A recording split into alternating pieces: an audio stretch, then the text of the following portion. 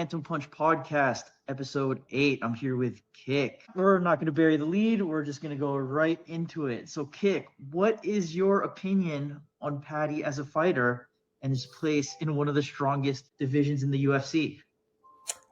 When I was watching his fights, the first thing I wrote when prompted with that question was Sakuraba if he was bad. He's an interesting case because, as we all know, he has had this, I wouldn't call it a meteoric rise, but certainly a significant one. He's been, not to use almost an MMA joke here, but he's been punching above his weight class in that most of his wins, his early career came against, I suppose you could say, bad fighters, his first 2 fights.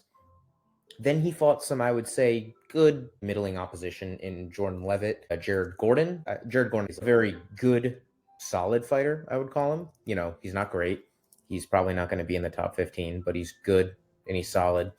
He started getting names with Bobby Green and Michael Chandler, and both of them are very old. So it's really hard to tell how good he actually is. When we're looking at things he does well, if there's anything that we can point to, I think it's that he can wrap up a submission very tight and very quickly. That is probably his number one A game, is being able to wrap up a submission.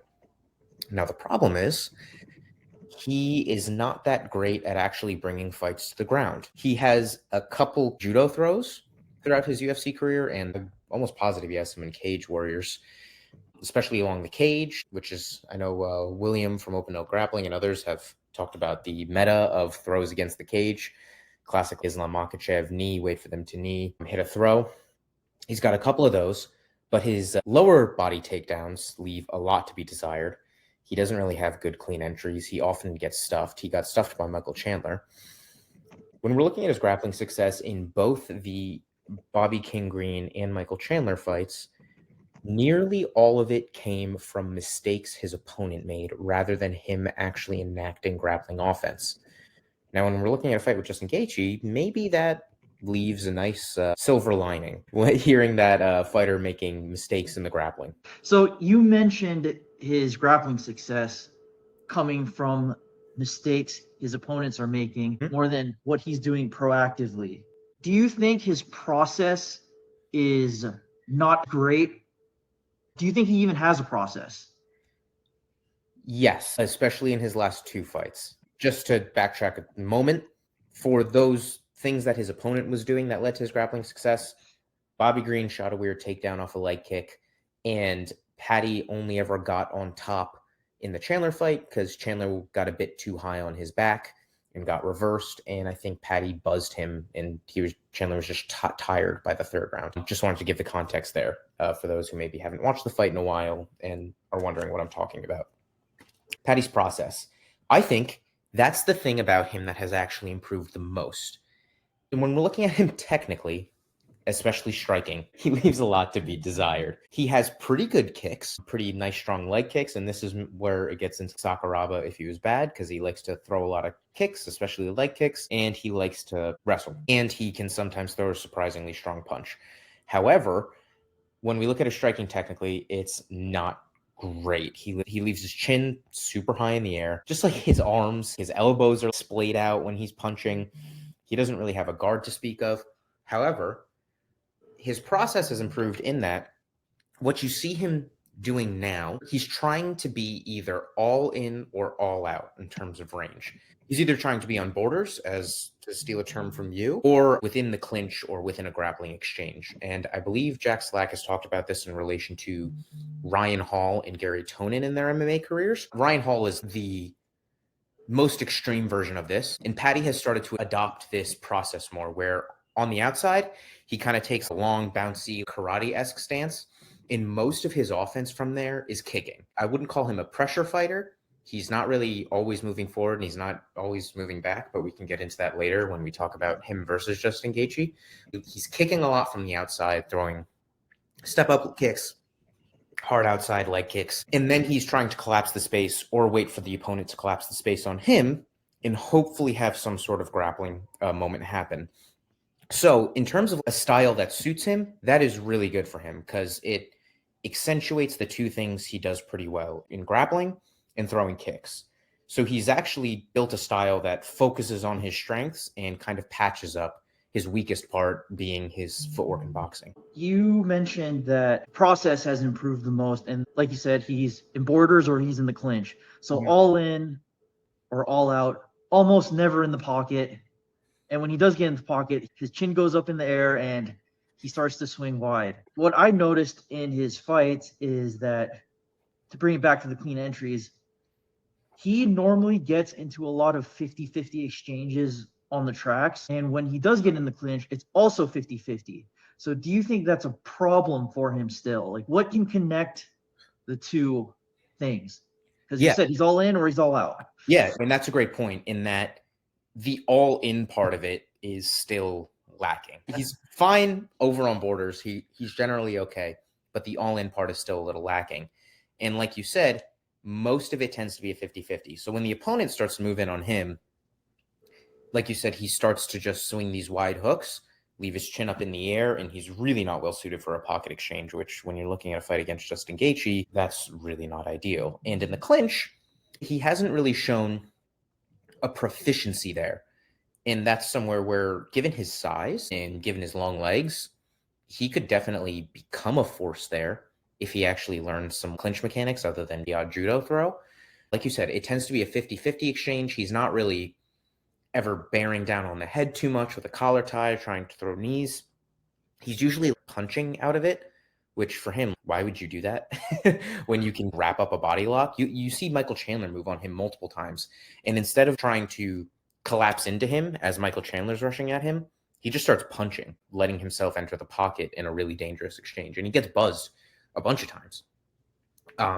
Maybe not buzzed because he actually does have a pretty good chin, it would seem, because he's caught horribly out of position all the time and he hasn't been knocked out in the UFC. He isn't really doing the right things when he is all in, which is a problem. It doesn't make sense because he has made the improvement in the overall style, but he's not actually leveraging his grappling capabilities, because I feel like he could do a lot more with body lock. That's a good point. Let's touch in on the all out style. So at borders, he does have decent mechanics. Okay, I say decent, not great. He has decent mechanics with his kicks, with his lead leg kick specifically. And he has some good ideas on the outside. When he does jab in, he looks like he's peeking over a fence after he jabs. When he jabs, it actually makes him more vulnerable, even though that's supposed to be non-committal. What do you think of his all-out game not being synergized with this clinch? It's almost unfortunate. The other problem that he has is he's always on train tracks, in that the majority of his movement, aside from circling during the dead spaces of a fight, almost every fighter who trains in a gym, during the dead spaces of a fight, everyone circles. But it's when things are actually happening that you want to see that lateral movement or against the cage. But he'll often back himself into the cage when an opponent blitzes him. When he jabs in, he'll just start a messy blitz and just continue to punch them. It worked against Chandler this one time, but his head, like you said, it looked like he was peeking over a fence. And he threw like 4 punches in a row when he would be much better served to do one of two things: either throw a jab and have it be a sticky jab that you can convert into a collar tie, or do the Charles Oliveira, Max Holloway floating teep with your lead leg, because that actually synergizes with his all-out style because he's kicking so much. I think he stomps sometimes too. Just hop up with that and then throw on a collar tie, maybe throw a knee, and just try and get to the body lock from there. He doesn't have any defensive head movement like weaves, kind of like Justin Gaethje. With the jab, since he's peeking over the fence so much, he can't get that body lock because when the opponent does throw at him, he's normally getting hit, right? Yes, exactly. Yeah, he's usually getting buzzed, and he'll walk through it a lot just by virtue of his chin, but sometimes he won't, and he'll just back off, and then he's resetting, and you got to start all over. You mentioned the messy blitz, and usually that's when he's not in a good distance to kick. His blitzes often start with an uppercut or a Superman punch, which is Drickus-like. Yeah, I was thinking the same exact thing. I was thinking of Drickus. When he doesn't feel like he's in a good position to kick, that's what he resorts to. He throws the jab, something to keep his opponents away from him. necessarily use the jab to draw out reactions. It's something he uses while circling from borders a lot to just kind of keep space, keep distance as he's kind of bouncing around. What do we think of his striking? It's not good, man. There's no other way to say it. it's just not good. I think he can throw, despite his messy mechanics and his lack of head movement. The one thing that he has going for him is it seems like he can throw decently hard. Would that be fair to say? That's pretty fair to say, yeah. Yeah, he can throw decently hard. Who did he knock out? Luigi Vendramini? Vendramini's not anyone to write home about. Even still, there's people who have never knocked anyone out. So he can hit decently hard. He buzzed Chandler a couple times. That's the one thing he has going for him. However, when you're looking at his opponent in this case, and Justin Gaethje, and really anyone in the top 5, because who do we have? Arman, who has his problems, but he's, in terms of his striking, he's pretty technically proficient and has way better kicks. Charles Oliveira, who would probably ritually murder him. Same thing with Max Holloway. Ilya, just forget about it. Like, when you look at him against the entire top 5, Justin Gaethje is his best, is his easiest one. I still don't think it's easy, but out of everyone, it's the easiest one he could possibly have, simply due to Gaethje's not very good first and third plus level grappling defense. Let's shift gears towards his grappling. Defensively, he's actually got really good composure when he's along the fence. The way he gets up is kind of weird in and of itself, which is he throws up the Charles Oliveira armbar, which he did against Michael Chandler, and that's his way to scramble back up. This isn't probably going to be relevant to the Justin Gaethje matchup, but what are your thoughts on his defensive grappling? It's okay, Charles Oliveira throwing up the armbar. It's good that in MMA, the biggest thing you want to do, if you want to have an active guard, is simply just continue to throw up offense without necessarily being wed to the idea that you need to finish a submission. That's what often gets people stalled out. They get laid on top of the entire round. For the majority of the first round of the Michael Chandler fight, he was on the bottom. And Chandler, even though he's old, is still an athletic freak and pretty good at staying on top of people. It's good, and he at least has the idea that you want to be threatening offense in forcing your opponent to be reactive rather than having them hail ground and pound on you. It's kind of weird because when you look at his UFC career, well, mainly his Chandler fight, when Chandler has him against the fence and he's getting the cross wrist ride and the near side hook, he actually has really good composure dealing with that. In his early career, his Cage Warriors career, whenever he gets stuck along the fence in the clinch, he would jump a triangle. He's done that at least once in his UFC career. I think it's more measured now. Definitely. It's definitely more measured now, which is good. However, that is kind of what made him even more fun, that he would just kind of go for this stuff and sell out on it. Let's shift gears towards his offensive grappling. What I was really impressed by is the way he transitions from mount to back and his guard passing. It was spectacular in the Chandler fight. He was flowing through positions. He was providing double attacks where he was flowing his ground and pound from mount, which was actually pretty good in an era where ground and pound is somewhat de-emphasized, and allowing him to turn away from that and then take the back. His double attacks and being able to take what he's being given in those situations is really good. I did write a whole article about how it wasn't that impressive in the Tony Ferguson fight and how Charles Oliveira and Alexandre Pantoja controlled scrambly grapplers a lot better than he did. I would need to watch the Tony Ferguson fight again. I don't remember if it was exactly a change in anything he did or just Tony Ferguson still showing life from being scrambly on the bottom and Chandler not really doing that at all and kind of just wanting to blast up and stand up Derek Lewis style when he's on bottom. It looked good in the Chandler fight. He was threatening double attacks. He was being offensive almost the entire time. He was beating the shit out of Chandler. It wasn't as potent as, say, Saryukian's ground and pound against Dan Hooker, to have the most impressive recent example. He was kind of Donkey Konging it, but he was at least going for it and actually trying to hit and hurt his opponent. And he cut Michael Chandler up. If you can get a cut, that's always a good thing. Yeah. How do you think he gets to the ground in this fight? The thing with Gaethje is that I mentioned earlier how his first order and his third plus order grappling defense isn't great. His second order is actually pretty good, where he'll just kind of roll through more than Granby. It's more of a somersault, like a forward roll. And he'll often just be able to scramble from there and stand up. Maybe he can grab a single. I haven't seen Gaethje super struggle with people getting singles on him, except when he throws a naked leg kick, which has happened multiple times, twice in the Fiziev fight. We're able to bring him down off of caught leg kicks. The only thing that I can see really working here is catching one of Justin Gaethje's leg kicks. I don't think he's going to be able to hit the last double. I'd be surprised, and more power to him if he does. At the very least, control Gaethje from something like that. I can see him getting a single off a naked leg kick. So those are definitely good points. What I wanted to bring up was how Paddy keeps his chin up in the air and Justin likes to weave a lot. Justin uses those weaves similar to JDM.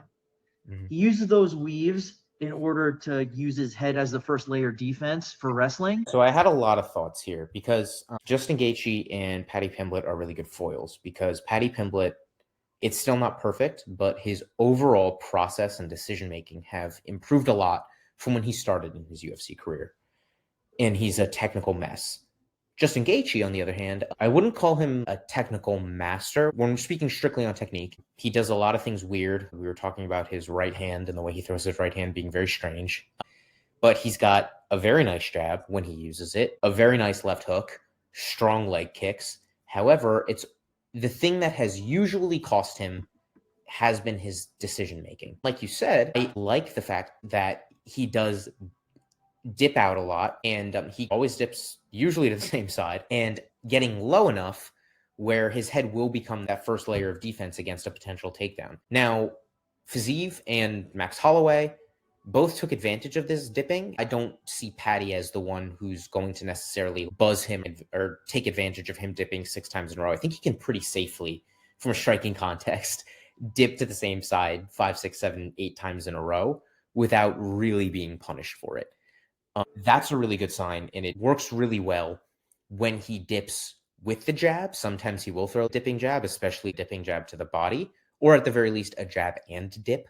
But with Justin Gaethje, the question is, when or will he actually use this jab?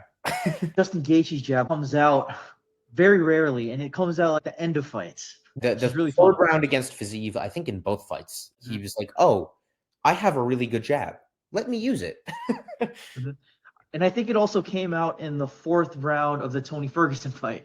That really allowed him to enter way more safely and get to the finish of that fight that you can talk about when that should have been finished all day. The thing I like about Justin Gaethje's jab is that he splits it a lot of the time. When he does jab in, he makes sure that he's dipping towards his rear side. He's throwing it at the same time he's slipping to the outside. That could be a big problem for Paddy because Paddy, when he jabs, like I said earlier, it looks like he's looking over a fence. One guy's using his head movement during his jab. The other guy is keeping his chin up as high as he can. Exactly. The other thing, if I can dip a little bit more into Justin Gaethje's jab, is that when he actually uses it as like a jab and dip, his whole game gets so much better. It is the cohesive glue that brings his game together because it becomes an innate form of takedown defense while damaging the opponent.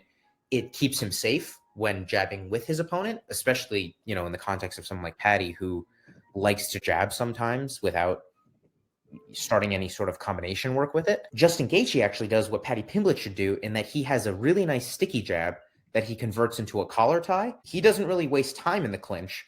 He just starts striking immediately when he's in the clinch. And someone like Charles Oliveira took advantage by just being way better in the clinch than him and punishing the way he exits clinches, very unsafe. However, I think he could definitely use that to pull Paddy into the clinch, land a couple strikes over Paddy. Paddy tries to punch himself when people get that close to him rather than barreling in and getting the body lock or anything. He has a spectacular, super short uppercut in the clinch. That jab is what would make him such a better fighter because it brings his entire game together so much better. Yeah. Because without it, if the opponent gets close, put on the collar tie, strike in there, throw big leg kicks from the range, and try and left hook them when they come in and try and throw a right hand. But that jab connects all of those pieces so that he's actually bringing a threat, and it masks all of those other weapons way better, if that's his leading weapon, rather than the huge leg kick from range being a leading weapon, which in this fight specifically, there's a 50-50 chance of it being a great idea or not so great idea. And the thing about Justin Gaethje's normal striking game is that he wants to go right hand and then close the door with a left hook. Like we said earlier, he does not use his jab until the end of fights, or very sparingly in fights. Even in the Max Holloway fight, he used it twice and it landed twice. Like you said, it brings his whole game together, and it does allow him to grab collar ties. That'd be a good opportunity for Paddy to duck under the collar tie and take his back. I don't know. Could be. It could be, but we haven't seen Paddy exactly do that. It's the place that he could have success, but he usually opts to get his hands really low and start throwing hooks when opponents get that close. To do that with Justin Gaethje, not a really good idea. No, that's where he's going to get buzzed. And I know I posted the video. I think Ocelot posted the video too of every single left hook that Jared Gordon landed on him, and Jared Gordon's throwing this big loopy wide left hook. Justin Gaethje, on the other hand, does have a really nice, really powerful left hook. Let's talk about Justin Gaethje's left hook. In his instructional with Trevor Whitman called Secrets to Power, the way Trevor Whitman teaches the left hook is to start off with all your weight on the lead foot, and then drive your weight to the rear foot and throw the left hook. So you're getting a transfer of power. In his early fights with Michael Johnson, first fight with Dustin Poirier, when he's trying to swarm people, his left hooks are more clubbing and they're more for getting collar ties. Yes. That's something you... I suppose that's what I mean when it's good and powerful. It's not a traditional left hook, because the left hook, like you said, you're going to your back foot, you're moving backwards with it. It's meant to be a counter strike as someone's coming in. His is much more offensive, like you said, closing the door from the right hook or using it as another way to get the collar tie. And I know JDK talked about it. I wrote an article on it. Look at the Fiziev fight. His clinch striking is just so nice and dynamic, and he'll do fun things that people don't expect. I even think if we get past the first round, he could even use that sneaky high kick in clinch range that he does. I think that could actually be something that you can catch someone like Paddy with, because Paddy doesn't have the head movement that Fiziev has. Even though Justin Gaethje beat him twice and he's had a bit of a weird career, if you're looking at technical mastery in terms of striking, he's one of the best in the lightweight division in terms of just pure technique. For Fiziev, no doubt. Yeah. Justin Gaethje throws naked low kicks, and in the Fiziev fight, the first 30 seconds he gets taken down for that. Can Paddy use his low kicks to draw out Gaethje's low kick in order to take him down? Here's where I see two roads, like that meme where it's the dark path and the very pretty rainbow path. The good thing about Justin Gaethje's low kicks are that Paddy, when he likes to stand at borders and he has a super wide stance, karate bouncy stance. I feel bad calling it karate in relation to Paddy Pimblett. It's the super wide bouncy karate thing going on, and he's usually really heavy on his feet when he's not bouncing. That's prime for a huge Justin Gaethje low kick to just take you out of your feet. You saw someone like Oliveira do really well low kicking with Justin Gaethje. You saw that in the Max Holloway fight to an extent as well. Their stances are so different. I mean, Paddy's stance makes him right to take a gigantic low kick, but there's no reason to say that he can't just do what Fiziev did should Justin Gaethje just start the fight throwing huge low kicks instead of jabbing. And especially if it's the first round, they're dry, and he gets taken down early against someone like Paddy, who, if he's good at anything, it is wrapping up a quick and strong submission. We have to come back to Justin Gaethje's decision-making, because why on earth would he throw naked low kicks? This is my theory. The stuff that I've seen in his instructionals with Trevor Whitman, they are big on timing the step. And because he's trying to time the step, that's why he wants to throw these low kicks naked, because he feels like it's an easy score. When the opponent steps into jab or when they step forward, they're not in a position to check or retract the leg. If you've ever taken one of those, it's not pleasant to take a well-timed low kick because you're coming off balance and Justin throws it at full force. You're really going to fall off balance, and it feels like your knees buckling because your weight is just coming onto that lead leg. That's probably why he's throwing those, and that is not good decision making. It's not. However, Paddy is always he's very predictable in his movement. He's always bouncing. I wouldn't advise him to do this. However, I think it would be a little easier to time that step with someone who has more of a rhythmic sort of long bouncing stance compared to someone like Fiziev who stands more squared, like a boxer or Muay Thai fighter, whatever you want to call it, is more rhythmic hopping, and then him making it very obvious when he's planting down and getting ready to blitz at you. He is going to be a much easier target for timing this step than a lot of his other opponents. That's a really good point that you mentioned, Paddy's movement and his stance. He's probably not going to be in a position to take these low kicks because of how wide he does get and how rhythmic he does get. Do you think that Paddy should use that idea against Justin? I think he has to if he has any hope of winning. And for Paddy, I think the earlier you can get this fight finished, the better it is for you. I do think that the longer this goes, the better that is for Justin Gaethje, especially because his jab tends to come on late. That's how I feel right now. Let me know if you don't feel that way or if you feel differently. It's kind of hard to get a read on it, actually, because we know that if Justin gets his jab going really that's going to be a nightmare for Paddy.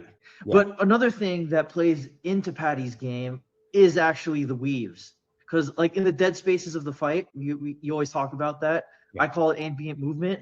Mm-hmm. Justin likes to weave a lot in responses to feints or punches. And how that cost him against Charles Oliveira is Charles would time a front kick to the body, or he would just grab a collar tie. Weave does leave him exposed in certain areas. Definitely. And will Paddy do this sort of thing where that's the right idea? It slots really well into his game. Will he do that? The one thing that came to mind was in the Michael Chandler fight once, and this is just one instance of it, and maybe it shows up again. He did throw a really nice jumping knee Chandler and caught him as he was really low in his stance, because Chandler doesn't like to weave, but he likes to throw jabs and right straights to the body and get really low with them. He did catch Chandler coming in. I don't remember if he was punching, but while he was low in his stance with a jumping knee, maybe he thinks he can do that. Maybe he can catch Gaethje like that, like Holloway caught him with the spinning back kick. And he probably should throw on a collar tie. I don't know if he will.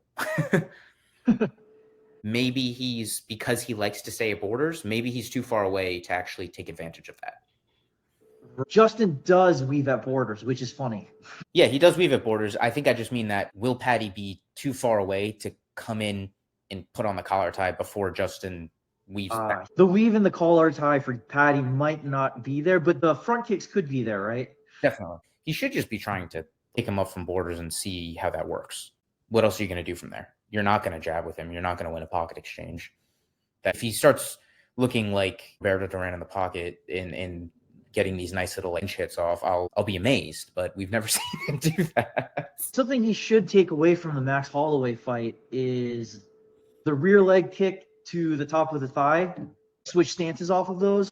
That would be great. He's thrown like those oblique / stomp kicks to the knee and thigh before. He really should be trying to chew up Justin's leg and see how he responds off of that. Maybe Justin will barrel in. Paddy also doesn't do well when people barrel in at him, even if they don't look too good doing it. And that's the thing with Justin's stance too. His stance is a little bit more tall and upright, but a lot of his big movements come when he's putting weight on the lead legs. Those oblique kicks can slow him down like he did in the Max fight. You've also mentioned how Paddy does not do well when somebody barrels in on him. Justin doesn't do well when people barrel in on him either. There was a moment in the Max Holloway fight where Holloway leads with an uppercut and then skewers him with a long shifting rear hand. Who do you think has the advantage when one of them is blitzing at each other? Honestly, it feels like it's Justin Gaethje either way. Simply because they've both shown that if someone's coming in on them, they will throw, but then that becomes a technical battle rather than a strategic or tactical battle. Who's throwing the better punches? in an inoptimal situation, and that is almost always going to be Justin Gaethje. You mentioned earlier about the foil of this fight. Yeah. Paddy, he likes to skirt around the edge of the cage. Justin does his best work when he's pressuring, but lately he's been playing on the outside. There's this idea that Trevor Whitman has in his instructional secrets to counterfighting called controlling the feet. So let me define that first, because in the Umar Nurmagomedov fight and Corey Sandhagen fight, Trevor Whitman tells Sandhagen to control his feet. John Anik asked DC what that means. DC erroneously said that that means just to get outside foot position. But what it really means is that you're making the opponent move with your own footwork, and when they start plodding towards you, you time that step. That's what he means by controlling the feet. In this case, Paddy's moving backwards. The way you control the feet in his instructional is when you time a jab as he's taking the step backwards. How do you think that plays into this matchup? Whenever Paddy takes a step backwards laterally, Justin should be either feinting his way in or he's throwing a jab. I think that sounds great, simply because he should basically throw the jab every time, because Paddy's not going to move his head. Yeah. And he's probably not going to get countered. And even if he does, Paddy's a decent hitter, but I don't think he's going to go down to it. He got knocked out versus Charles. He got knocked out versus Max. But in the Fiziev fight, he got hit with some big shots and he was still there. It's a positioning thing. A lot of the time, it's not like the best chin in the world, but he's still got a great chin. And it looks like it's still holding up against really hard punches when he knows they're coming. If you jab with him and you time his steps with the jab, I feel like he's going to hit him every time, unless he's just too far out. But if you're coming in enough, Paddy's probably not going to try and hook at you rather than wrapping you up, at least from what we've seen historically. So jab his face off. The other side of that too, we have seen Gaethje with Fiziev play on the outside. Yeah. What do you think of the idea of him drawing Paddy in and then timing Paddy's step in? You saw Chandler catch him as he was coming in with some like right straights. Usually when Paddy's coming in, and you saw Chandler catch him in both instances, he's either blitzing forward or he's kicking. Because he stands so tall and because he doesn't move his head at all, even with his decent mechanics on his kicks, he still gets caught a lot on one leg while he's kicking, just with a simple right straight. And Gaethje will absolutely throw a right straight at you. I think either way, Gaethje can likely time his steps out of range, trying to step out of range, and his steps in, because you know Paddy's going to do one of two things. He's either going to come in on these messy blitzes, or he's going to be kicking you. He's been caught multiple times doing just that against Chandler, against Jared Gordon, against pretty much everybody he's fought. I like that you mentioned Paddy getting caught on one leg, and the thing that I noticed with Gaethje is something that he does really well with his weaves and his dips is that he does it when he's really close to the opponent, in clinch range almost. That goes right back to depending on what Paddy's going to do, Paddy's own decision making in that clinch range.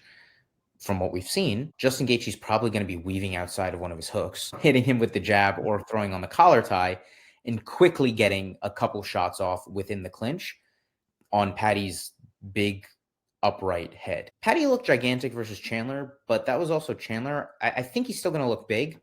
I think we're going to see that size difference look a little more normal in this fight. There's the opportunity to bear down on him and just try and drop your weight on him as he's weaving and throw on a collar tie. Again, correct me if I'm wrong. When have we seen Paddy do that?